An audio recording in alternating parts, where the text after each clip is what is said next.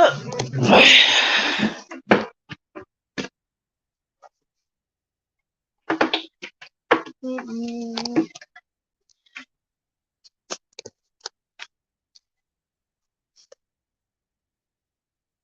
right. I'm live. I might have to sit closer.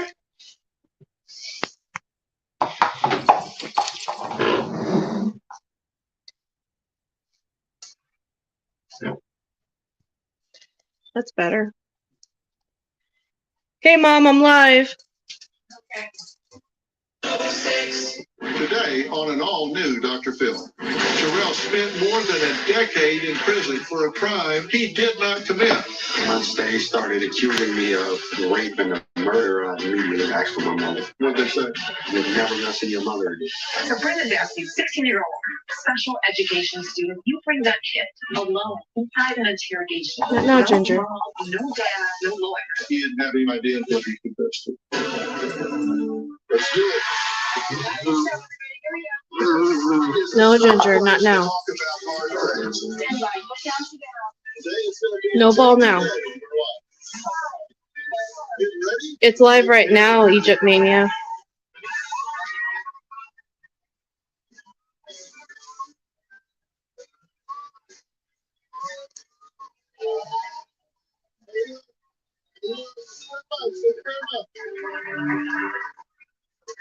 We recently did a show with two young men who claimed they were forced to confess to murder during an undercover sting. Interrogators who extract false confessions without any real evidence, in my opinion, are no longer police. Now, before we unpack two more cases, here's a look at the case of Atif Rafay. Atif Rafay has been sitting in prison for 28 years for crimes he says he did not commit.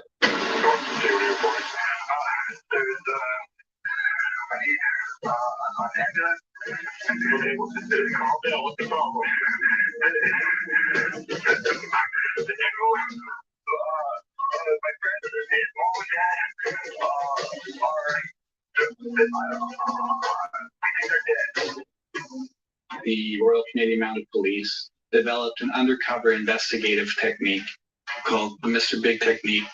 What they'll do is the police officers disguise themselves as underworld figures. And the crime boss starts telling them things like, we know that you committed a murder and now you've put our whole organization in jeopardy by associating with us. So just tell us what happened. And they've got one mission, and that mission is to extract a confession. There's someone to look here. Here's your friend. Oh, you want my help? Yes, I say it. Oh, I want your help. It's going to save you and your friend from jail. Now, months into the sting, Mr. Big finally got confessions from the team. In 2004, they both received 3 life sentences after being found guilty of the multiple murder of Atif's family. I've lost half my life. The people who killed my parents have never been brought to justice. And I've spent the last 20 years trying to get a court to take notice of that. These are the kind of techniques that when you deploy these on teenagers, right? These kids were 19. You increase the risk of false confessions exponentially. When you get these false confessions, you know almost always that there's prosecutorial abuse has taken place. In Atif's case, there's a rock-solid alibi like none I've ever seen. People assume far too often, once you get a confession, even if it doesn't make sense, you must be guilty. What were you telling yourself when you said, okay, I'm going to tell them what they want to hear? We fully believed that if we didn't go along with his plan, he would end up dead.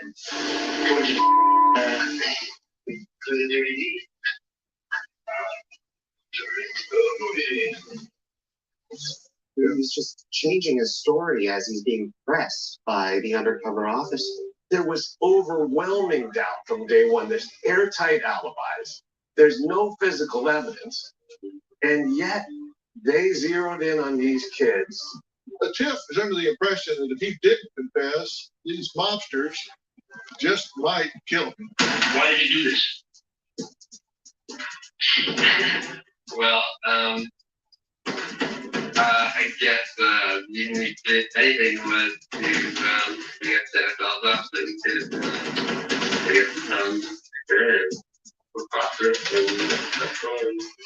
When you're doing this and you're putting all this time, effort, and energy into this, the real perpetrators are still out there walking around. This is a screw up of major proportions. This next case should have you just as outraged. Terrell Swift was 17 years old when Chicago police officers asked him to come down to the station. He says the police lied to him during an interrogation, accusing him of raping and murdering a woman, 3 other teens. Now, Terrell, a member of the so-called Inglewood Four, spent more than a decade in prison for a crime he did not commit.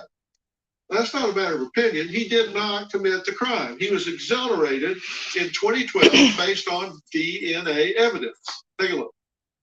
We all of us got one thing in common. We did an extensive amount of time in jail for something we didn't do. And that's the bottom line. They each were sentenced to terms that range from 15 years to life. Terrell Swift, Michael Saunders, Vincent Thames, and Harold Richardson were convicted in 1 rape and murder. All were found guilty based solely on confessions. Terrell Swift was 17, was still in high school, had never been in serious trouble. When another teenager from his neighborhood implicated him, Vincent, Michael, and Harold in the rape and murder of a 30-year-old prostitute named Nina Glover. Did anyone ask you, Terrell Swift, did you murder this woman? That was the first thing they said. Whoa, rape and beat who? Nina, I don't know Nina Glover. Can I get my mother in here so I can get a lawyer? And nothing. Terrell voluntarily turned himself in to police and was placed in an interrogation room surrounded by several detectives. The questioning, he said, lasted for over 12 hours. How close were they? Show me physically how close were they? Like right here, you're gonna die in jail. You're never going home. Mm-hmm. Yelling at you. Yelling at me. Were you scared? Did you cry? Absolutely. I was crying, but no one listened. Police told him if he admitted to the rape and murder, he could leave. So he signed a 21-page confession, which gave specific details to how he and his co-defendants committed the crime. Everything that's in that confession was fed to us, myself and my co-defendant, by the police. Terrell Swift would later recant, but it was too late. At trial, a judge believed the confession and sentenced him to 30 years. Well, Terrell, proud to meet you. Glad to meet you. How, as you look back at this now, you were 17. Yes. Did you know to ask for an attorney when they started questioning you? Once they started accusing me of rape and a murder, I immediately asked for an attorney, immediately asked for my mother, and both fell on deaf ears. And so you asked for a lawyer, and what'd they say? Nothing. You're never gonna see your mother again, pretty much. I mean, this happened to Terrell, right? Back in 1995 was the year of the interrogation. And here's the thing, right? Back in the day, there weren't laws in Illinois requiring videos inside the interrogation room. So everything that happened to Terrell, his request for a lawyer, their response, was all in this shroud of secrecy of the interrogation room. We've been working on those reforms. We've gotten now up to But he did have Miranda rights. He sure did have Miranda rights. He exercised those Miranda rights. Right. He sure did, even at age 17. And not a lot of 17-year-olds who know to do that. Right, and when you say that, Miranda rights, right? When you have a vulnerable 17-year-old kid where you're just telling them they're going to die in jail, you're never going home, and you tell them you have the right to remain silent, and you're sitting there like, I'm innocent. What do you mean? Be quiet. No, you need to hear what I have to say because I'm innocent. You felt like you could explain things away. Absolutely. You got the wrong guy. Here, let me just explain things, and you'll take me back to the house and apologize. Yeah, absolutely. Definitely, a regret that I dealt with for years, blaming my 17-year-old self for being so vulnerable. But, thankfully I got over that. But Yeah, absolutely. Did they feed you details? They fed me all the details. I didn't know anything about this case. You go from being at home to being in a police car to signing a confession. Yeah. What was the dynamic? How did they get you to do that? When you're pleading you're pleading to these officers that you didn't do this, that you're innocent, and they're telling you, no, you did this. You're dying. You're dying in jail. I'm crying for my mother. You're never gonna see your mother again. You're never gonna see your family. And then they throw you in this dark ass room, pardon my French, and have you. Well, I think you're entitled. And have you processed at 17. I'm dying. I'm in this cell, like, I haven't even lived yet. What do you mean? I'm dying. And the officer comes by and say, hey, I hear you. I know you didn't do it. Okay. And it's that quick, you just sign your life away. And he says, you sign this and what? What will happen? If you cooperate with me, because I believe you, you'll go home. And I cooperated. This is how it happens. The crazy thing, Terrell, too, in your case, there was DNA evidence. This is a rape and a murder, right? There's DNA evidence that was known before trial. Did they ask for your DNA? Yes. There was 5 young males, 17, 16, 15, rape and a murder, all confessed to violently raping someone, to violently beating someone. No physical evidence. And again, we're kids, right? No DNA, no nothing. And we're still taking the trial and convicted.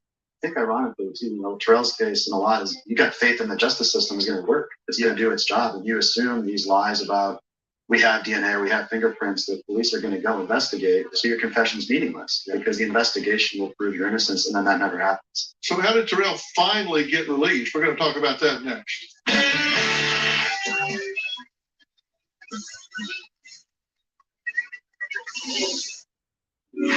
When you got, I mean, I received 36 years for a crime I didn't commit.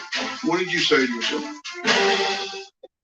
Tomorrow, she has endured an ugly childhood full of fear and abuse.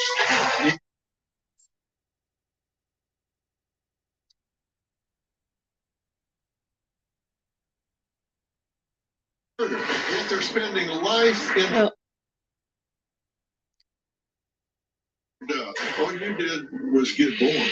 That's tomorrow. Then on Wednesday, Officer Gibson was okay. down. A federal jury found both men. These are next week's. Arizona Family Sports. Here's a lawyer for you. Cox Mobile with sheep.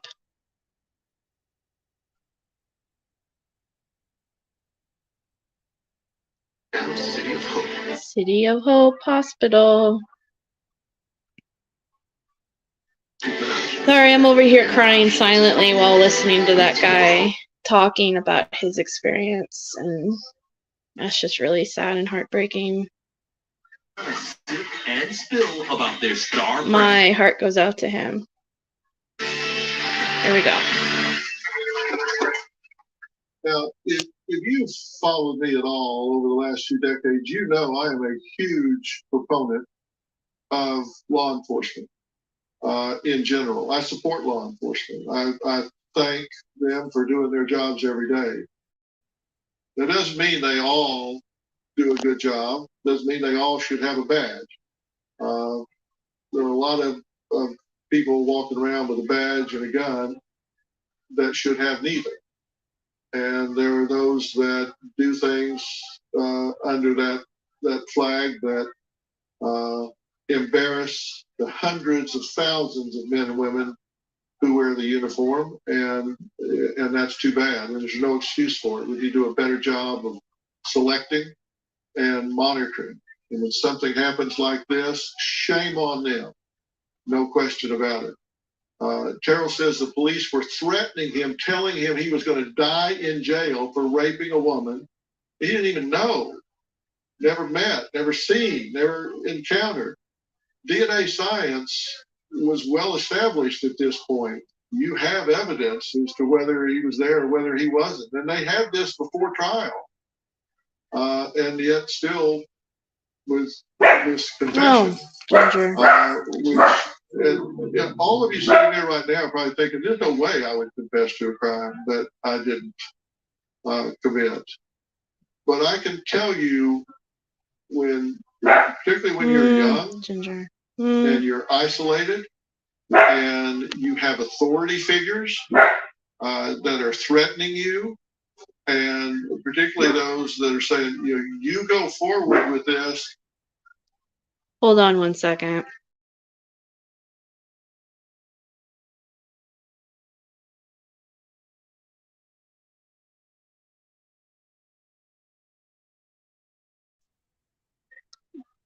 Now apologize to them. You can get life. You could get the death penalty. You could get all of these horrible things. Or you could do this and you at least have a chance to take another breath of free air someday in your life. I mean, it's like a coin toss, and you're thinking, well, that's tough, particularly when you don't have resources. And Terrell says his DNA evidence wasn't given in court, just his false confessions. There's DNA evidence that is really exculpatory and is not given in court. How is that possible? These cases are so often train wrecks, right? From start to finish, you've got deceptive interrogation techniques being used on isolated children. You've got lawyers who don't know how to defend these cases, right? You've got sometimes defense lawyers who say, well, my client confessed, I don't know what to do. But in this case, and in so many of these other cases, there is rock solid forensic evidence. We know of hundreds of cases of confessions that have been proven false with DNA. This is still going on today because these techniques that Terrell's describing and that were used on Brendan Dassey and so many others, those techniques are still being taught way too often today. Was there a jury trial? No, I took a bench trial. And you got how many years? I received 36 years. What did you say to yourself? When I received the time, I was already numb from when I got found guilty, because I got found guilty like 2 months before, and then I was going to receive my time. I was still numb from being found guilty for a crime I didn't commit. And how were you finally exonerated? Through the DNA evidence that was there, we were finally able to get that tested to see whose DNA it was. Because back in '96, it was just preliminary DNA testing where you can only test our source and then the victim or whatever, or the assailant. But in, I want to say 2008, they started the CODIS data bank, where they started storing the convicted criminals' DNA to see if, if their DNA matches to another crime. And the DNA that was actually at the scene, we fought in court to get that DNA actually tested. It took almost a year. It took almost a year and a half to get it tested, and we won that and found out we finally got a DNA match. Wow. To the convicted rapist, murderer, who was actually at the crime scene, 7 a.m. when the victim was found. They're 20 blocks away. I was interviewed by the police, like I said he did not know her, and just had a violent history against women. I have to say this man did less time for a sexual assault and a murder with a violent history than we did as kids, 15, 16, and 17 with no record. He did less time than us for rape and a murder than we did for the crimes that he committed. So when they found the right guy, he's deceased. He was deceased. Yeah. Huh? Well, we'll tell you who was guilty of this crime when we come back. You're not going to believe the rest of the story.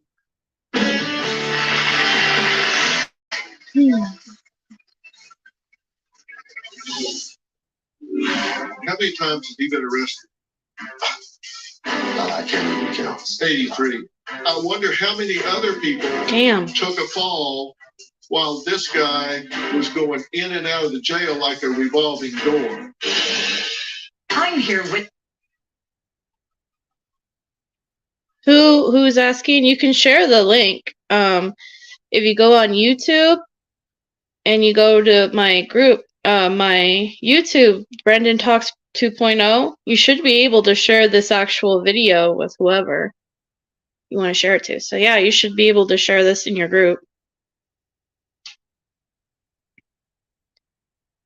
As soon as I find like a decent copy too, I'm also going to upload it onto YouTube. So this is just for all of us who can't watch it live with the rest of us. People with cable. Like the UK people. Look, you all get to see what an Arizona commercial is like. Traffic team. Oop. Terrell, tell us about the man who... Let me back up a little bit. Current traffic team on Arizona's Family 3 TV.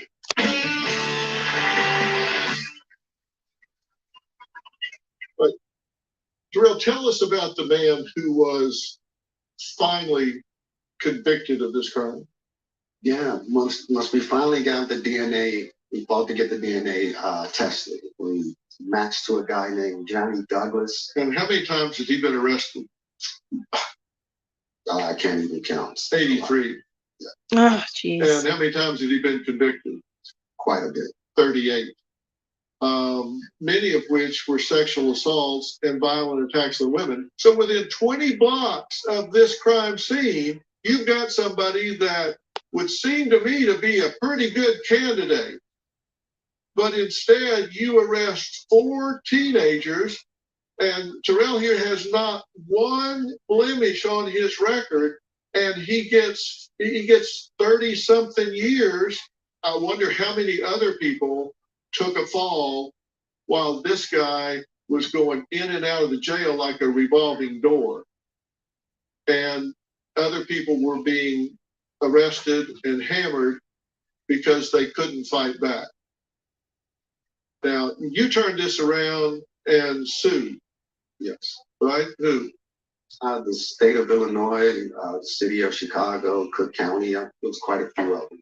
I'm thankful, now, Dr. Phil, that, I came through that situation with a clean bill of health, my head on straight, and I'm able to make change. I'm able to, correct some of the things that happened to me moving forward so that this doesn't keep happening to another Terrell Swift, Michael Saunders, Brendan Dassey, all these other cases where you have police manipulation and deceptive practices. And what you spoke on, I have to say this, when we first started, it's the community safety issue that I think gets really overlooked. Even if you want to disregard us, right, the exonerees who have done time wrongfully, which is kind of hard for me to say that, but the real killer or the real perpetrator is still running the streets to continuously harm the communities. And in my case, this man was a terror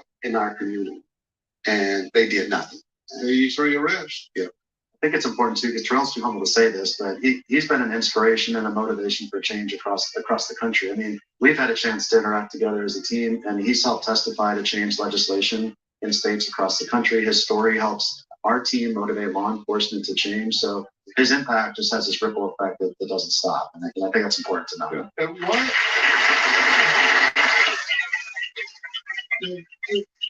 are people talking about it?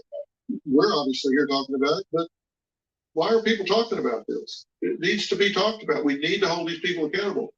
Aren't y'all glad to learn this today, to know this is going on? I mean, this is something you need to know.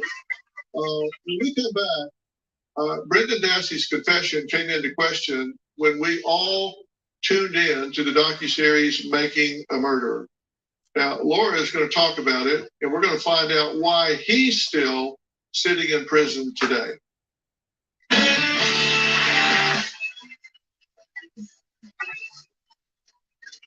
New developments in the Making a Murderer case. An appeals court ruled Brendan Dassey's confession featured in the Netflix series was coerced.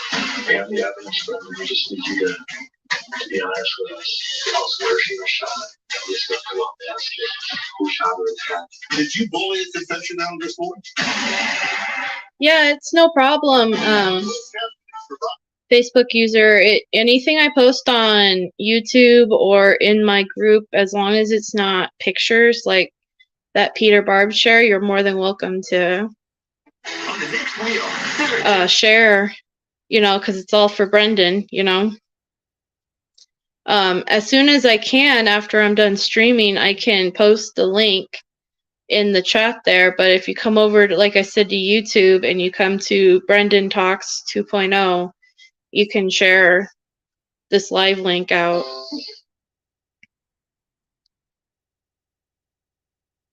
Yeah, I'm also sorry about my dog in the background jumping around. There's nothing I can do about that. She's just a baby. Oh, you're just a baby. He's like, oh, you're sitting out here. That means you want to play fetch, right? Right? Is that what that means? Oh, no. Several years ago, Netflix Making a Murderer was all anyone could talk about. We covered it on a couple of episodes and had major players, Stephen Avery's attorney, the prosecutor, one of the interrogators. Take a look. I'm talking about Making a Murderer, which told the story of Stephen Avery and his nephew Brendan, who were both found guilty of the murder of Teresa Halbach. Was Brendan's confession coerced? Yeah, the evidence, Brendan, we just need you to be honest with us. None of their statements have Brendan gave were coerced. Where she was shot. I mean, where in the garage, outside, house, in the garage. Did you bully a confession out of this one? No, I did not. I was left off to ask you who shot her in the head. He did. Tell us about that. Basically, it was 22. When you were with him, there was not a lawyer there and there was not a parent there. Is that odd? He's not a suspect. He's not a charged defendant. He's not entitled to a lawyer. He could have asked for one. He chose not to have. New developments in the Making a Murderer case. An appeals court ruled Brendan Dassey's confession featured in the Netflix series was coerced. Judges also said the 27-year-old should be tried or released from prison. Prosecutors will seek to appeal the court's decision. Brendan Dassey's legal team is announcing today they're petitioning the governor of Wisconsin to grant him clemency. He has spent almost half his life. More than half his life at this point. Petition for executive clemency with Governor Tony Evers of Wisconsin. Is that all that's left? We got a lot of fight left. We got a lot of fight left. For someone like Brendan Dassey, yes. The path ahead for Brendan, you know, I've been representing him for 15 years, him and a lot of other good people like Terrell who falsely confess. And the path for those folks in the legal system is almost impossible. This confession was coerced, was unreliable. But the last round of the appeal, we lost by a single vote. Not because Brendan was guilty. No one said that. Just because these techniques weren't clear enough against the law. So yeah. I'll guarantee you right now, if I went and got him out of his cell and asked him what he confessed to, he didn't have any more idea than a goose what he confessed to. You know, so Brendan Dassey, right? This happened in 2006 was his interrogation. 16-year-old special education student, IQ around 70, profound deficits when it comes to whether he can understand speech, how well he could use speech, how well he could understand speech. You bring that kid alone inside an interrogation, no mom, no dad, no lawyer. You question him like they did 4 times over a period of 48 hours. I'm amazed he held out as long as he did. Well, we have a portion of Brendan's interrogation. Let's take a listen to police when they pulled Brendan out of class. You got people there, sheriff's department, district attorney's office, police house. There's no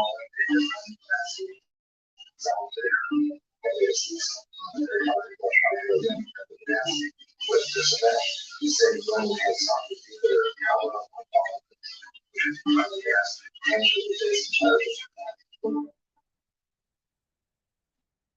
So this is made up, right? There was no one at the sheriff's department, no one at the district attorney's office that was looking at Brendan because there was no evidence tying him to this crime. But this is how they start out, by scaring this vulnerable 16-year-old with a lie. You could get murder charges, Brendan. That's how this kicks off, and it just goes downhill from there. You can imagine how scared he had to be. When we come back, we're going to hear what interrogators told him before they pulled him down to the station.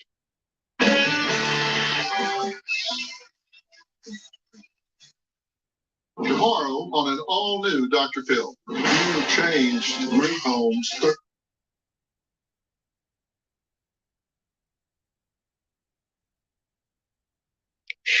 It's an emotional episode, ain't it? Yeah, all the interrogations, by the way, are on this channel and also on Foul Play. So if you want to check out, and I suggest everybody watch or read the interrogations at least once through so you can get a better idea.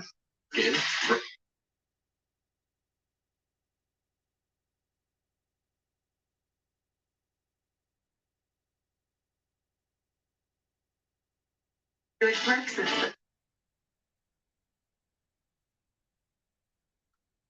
Celebrated. Pizza.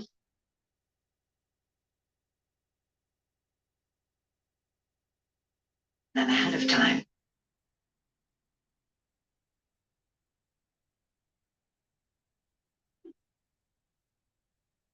Yep. Let's look at another clip of Brendan's interrogation where the interrogator promises to not charge Brendan if he cooperates. Listen. You want to go back and tell people that, Brendan owns me. You want to be able to tell people Brendan is honest. It's not like he's honest. He's a good guy.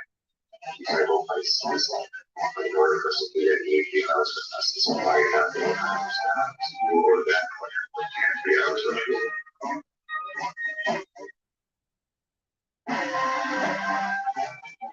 Because what I looked at the tapes, looked at the notes, and it's real obvious there's some places where some things were left out or maybe changed just a bit to maybe looking at yourself to protect yourself a little. From what I'm seeing, even if I fill those in, I'm thinking you're all right. Okay, you don't have to worry about things.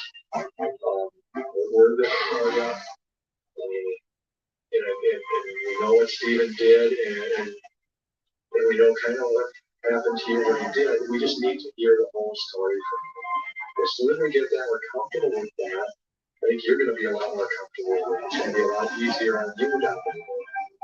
If this goes to trial and stuff like that. Honestly, here, Brendan, is think it's going to help you. Okay, no matter what you did, we can work through that. You can't make any promises, but we'll stand behind you no matter what you did.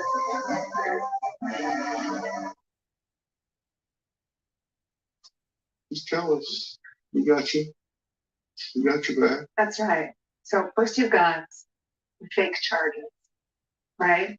You're telling this kid with no record, no hint of violence in his pinky finger that he's staring down murder charges. At one point, these officers even say to Brendan, they say to him, I'm a cop, but I'm not right now. I'm a father, got a kid your age, right? I mean, this is the kind of deceptive situation that Brendan found himself in. And if you think the authority doesn't kick in, watch him as he tries to guess at what they want. Where did he stab her? In the stomach. What else did he do to her? Did something else? We know that.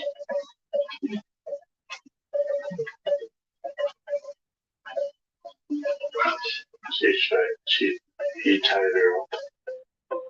We know he did something else to her. What else did he do to her?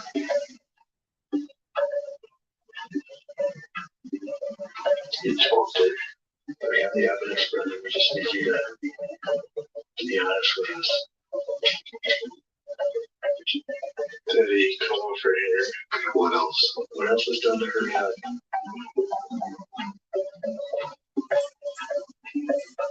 Did he punch her? made you do something to her, didn't he? So he would feel better than was not being the only person, right? Yeah. What did he make you do to her? What did he make you do, Brendan?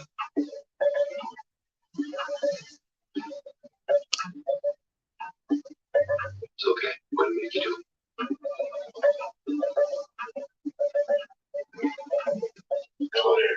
Connor where? So What else happens to her?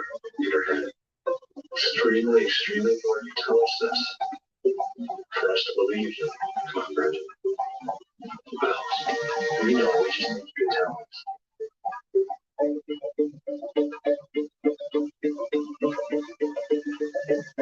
That's all I can remember. Okay, I'm just gonna come on and ask you. Who shot her in the head? He did. Why didn't you tell us that?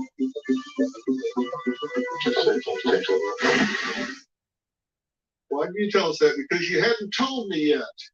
The day before this interrogation, they finally found out she'd been shot in the head. And that's why they're going after Brendan so hard. If he knows to say that she'd been shot in the head, right? That's information that only the real killer would know. If he could come up with that on his own, that is game, set, match. He's guilty. Instead, you see him guess every way of killing someone that he can think. Even at one point, he's so at sea, he said, we cut off her hair.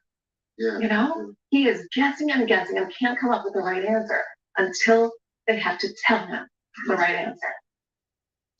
When we come back, we'll see what happened after Brendan confesses. Laura says that it's really heartbreaking.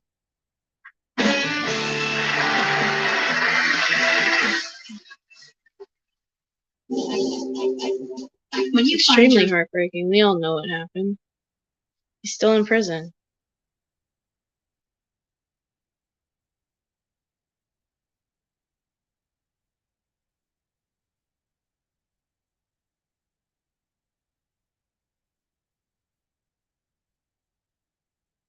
Reaction to the Oh, vaccine see, or we its caught up. ingredients. Adults with weak. We caught up with it. All right, I'm gonna pause real quick and then get my charger. So 1 second.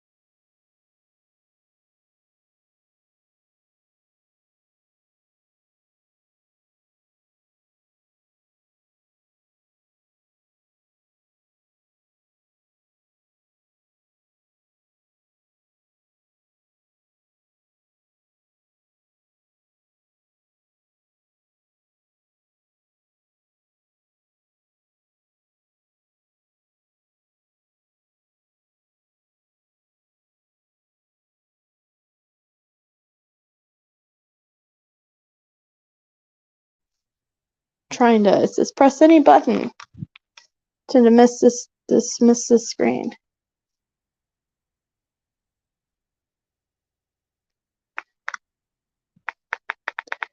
It won't let me.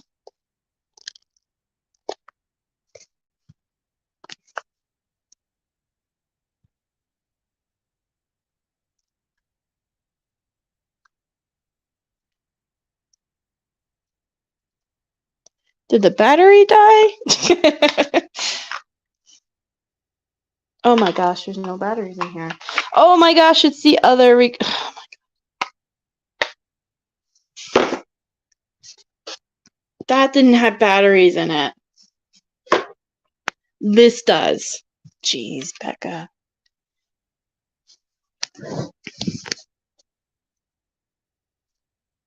Cheese and crackers. Okay. See if I can.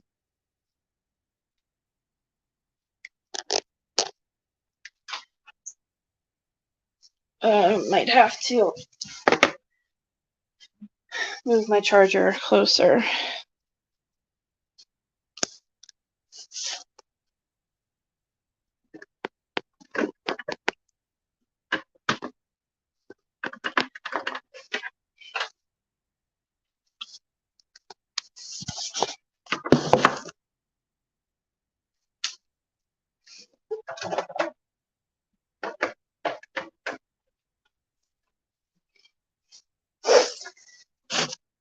Okay.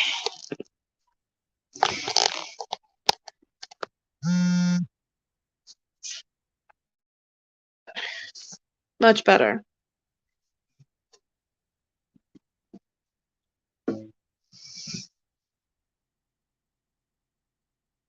Systems may have a lower response to the vaccine.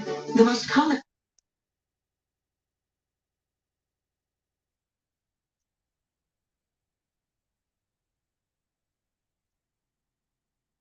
We have 2 remotes, but the one that we have without the batteries is for the old. It broke, and my parents don't like throwing things away, so it just sits there. I don't know, maybe it does work, I don't know.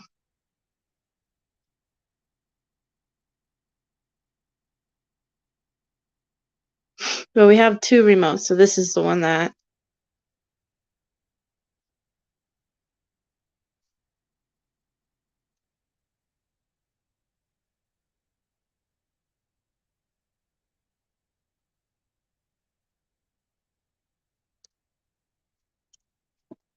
You're welcome. Brendan Dassey is still sitting in prison for the murder of Teresa Halbach. And his attorney, Laura Nyrider, claims Brendan's confession was coerced, unjust. Let's take a look at how naively Brendan trusted his interrogators. All he wanted to do was go back to class. Am I going to school before school? Probably not. We're at 2:30 already. School's over at 3. Must be about 5. No. What time will this be done? Well, we're pretty much done. We have a couple follow-up things to ask you, but that's pretty much done. You do understand that you're under arrest now? So, but I call my girlfriend and tell her that I'll come today. We'll give you an opportunity to do that. Okay? Did you kind of, I mean, honestly, after telling us what you told us, kind of figured this was coming? Yeah. This is only for 1 day. What do you think you're going? You're going to Judy. That's where you're going. To Judy jail. About 45 minutes away. What's that? Well, he says, I guess there's different. But he says he missed to avoid it. What do you mean? Like, different stories like different. Like, I never did that much on. Did you? Huh? Not really. What do you mean not really? I got tired.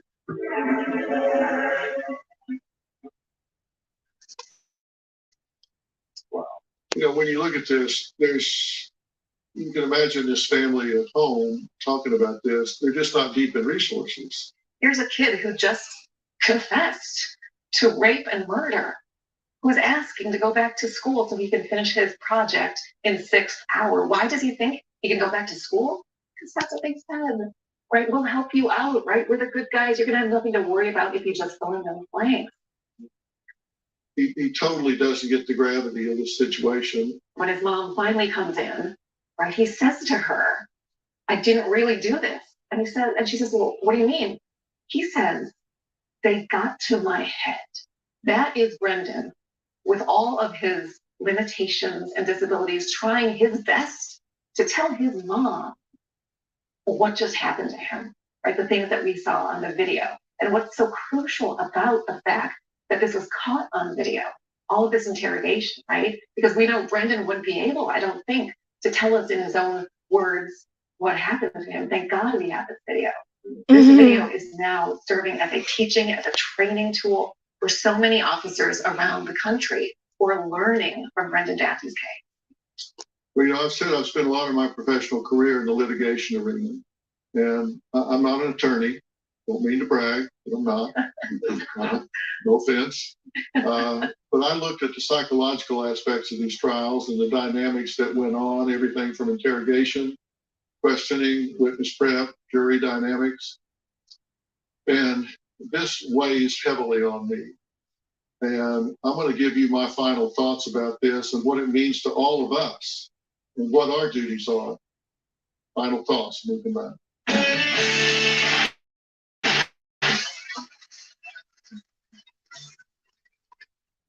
I have got the greatest fans on Facebook. They're called Dr. Phil Fanatics. That's PHAN. If you want to join a fun, cool community. Fun, cool, hip community, just like me. I'm cool and fun and hip. Like all the cool kids, yeah.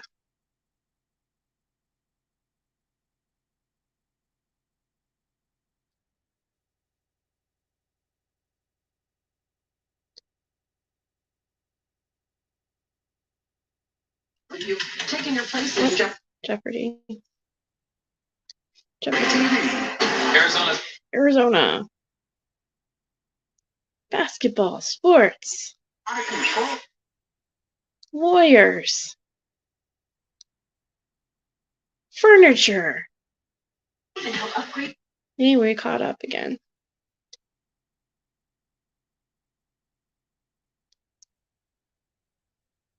With outdoor furniture for less. I don't know about you, but I don't want to hear commercials. Hey, Pete. Let's hear what Dr. Phil's final thoughts are. Living spaces. Were you in an accident? Were you injured in a car? Hey, Millbilly, welcome.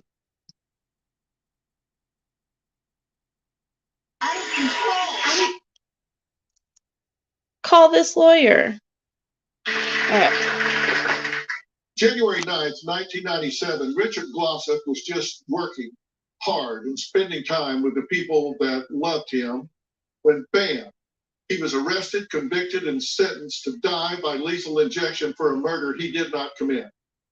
26 years later, and after having had his last meal 4 times, Richard Glossop still sits on death row in Oklahoma. April 3rd, 1997, Bastrop, Texas. Just 4 months later, Rodney Reed was arrested for the murder of a white girl he was seeing. Her real boyfriend, a white cop, who would later spend 10 years in prison for kidnap and rape, was never even presented as a suspect. This cop boyfriend was with her the night of her death. Rodney Reed was not. Yet 1 year after his arrest, May 28, 1998, an all-white jury sentenced Reed to die. He sits on death row today, again, for over 25 years. What astounds me most, neither of these individuals or several other inmates I work with are bitter, hostile, angry, or vengeful. Every one of them says, hey, I'm alive, and I have learned a lot about humility and humanity. But all of you tell me what's gone wrong in your life in the last 26 years. Tell me about your obnoxious mother-in-law. Tell me about your being behind on your mortgage. Tell me about your ridiculous gas prices, about being overcrowded in a small apartment, about how tired you are raising children alone, having to take the bus, cook dinner, wear last season's shoes, or not getting enough likes on your social media pages. But if you tell me that, then tell me what a blessing it is to not exist in a tiny 6x8 cell with no window, no one to talk to, no open door, or how blessed you are that death is not waiting outside your door to choke the very life out of you when you know you did nothing wrong. How blessed are you to have the issues that at least have a chance of solution, a chance of help and support. A chance to wake up tomorrow with hope to have a better day, hope to be seen and heard, hope that God didn't say, I don't see you, I can't hear you, I won't help you. These people like Richard and Rodney and others eaten up by the system and prosecutorial abuse, have no hope, they have no voice. If they did, would anyone listen? Would you listen? We have judges and woke DAs who fail to enforce the law against people who are known to be violent criminals, and they're turning them loose because they have, quote, had it tough, allowing them to do what they do. The best predictor of future behavior is past behavior. This is not rocket science. They do it as though allowing them to victimize more people will somehow be curative. It won't. It's just idiotic. It's stupid. Ask Elizabeth Gomes, attacked by a repeat violent offender, released within hours of another arrest, or Olympian Kim Glass, or Assistant District Attorney Irene Lee, both attacked by the same repeat offender. Different day, different time, same person. We are sensitive to their rights, but not those of the innocent. I ask, what are you paying attention to? Do you notice if your officials are locking up the innocent and turning loose the violent? Are you substituting common sense for woke, bleeding heart theories that seem high-minded but don't work in the real world? Do you care about results versus in vogue policies? When you hear Rodney's story, Richard's story, do you really care enough to take action? If they are innocent, as my expertise leads me to conclude 100%, will their deaths matter? Will you even notice when they splatter against the windshield of your life? Will you be more concerned with someone appropriating your culture as opposed to them being erased from their own culture completely? Or maybe someone falling behind on the can't say that list. Do you care? Can you say, I see you, I hear you? You may have been told you do not matter. I say you do. Can you say, I see you, when their family member is lying in the ER with brain damage because they tried to end their own life, because they were bullied and shamed, because their brother was wrongfully convicted? Can you say, I see you? My God, I hope so. For all of our sakes. I hope we're all taking caring action. But hey, maybe we're too busy posting selfies and videos of ourselves brushing our teeth. What's really important? I say what we've talked about today is really important. Be safe. We'll see you next time.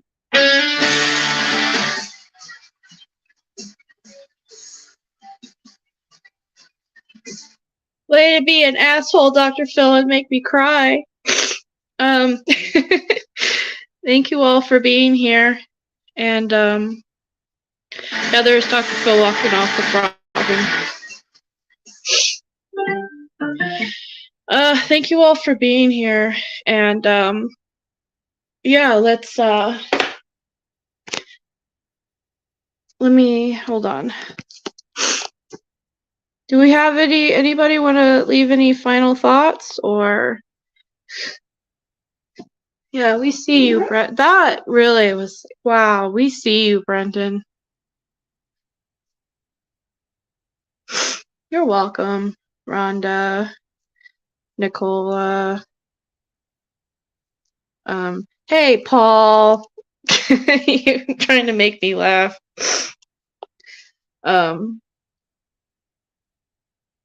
Robin, thank you all for being here. Hey, Pete. We love you, Pete. You and Barb. Yeah, we see you, Brendan. I hope he watches that, and I hope he was sitting there feeling all the love that we have for him. And, yeah, we all love you, Brendan, and we're all here for you. And I think we all should send him a card or a letter or something and say, we always see you. We hear you. We're here for you, Brendan. Yeah, sending love. That's what we can do right now. We keep putting his name out there, through Governor Evers or, Governor Evers or social media, whatever. Keep saying his name, and we keep sending Brendan our love. Yeah. I'm gonna send him an email and tell him we watched it and we watched it all together and how much we all love him.